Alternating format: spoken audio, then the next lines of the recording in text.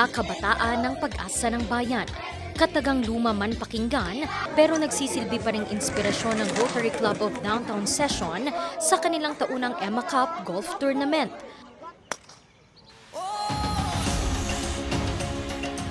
Bawat palo ng golf club sa golf ball patungo sa target hole, simbolo ng pagbabago ng buhay at kinabukasan ng mga bata.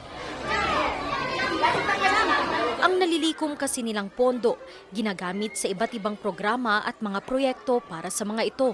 Natin na proceeds po, tinulong po natin sa mga, yung mga kabataan, nagbigay tayo ng mga libro sa mga schools, may mga ibang pina-repair tayo ng mga toilet blocks po, and then other than that po, nagbibigay tayo ng mga feeding program. Very important sa aming education because we believe na yung mga bata natin, sila yung talagang in the future na magbabalik din ng mga pagkabutihan sa mga next generation po. Espesyal ang magiging palaro ngayong taon.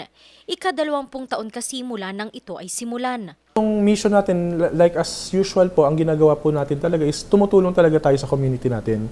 So itong game na to is hindi lang nag-enjoy yung mga magsusupport sa atin, kundi sila mismo ay indirectly tumutulong sila sa mga nangangailangan sa community natin, which has been yung talagang mission namin dito sa Rotary and sa Emma Cup. Aabot sa higit 200 manlalaro mula sa iba't ibang panig ng bansa ang inaasahang dadalo.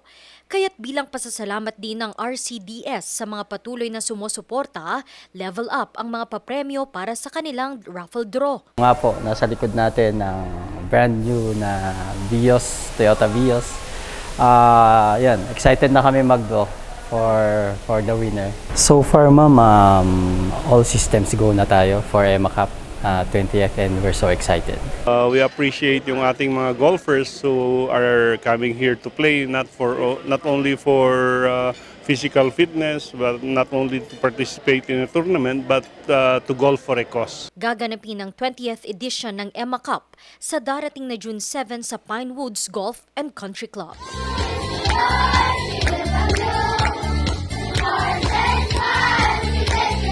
Randy Guzman, RNG News.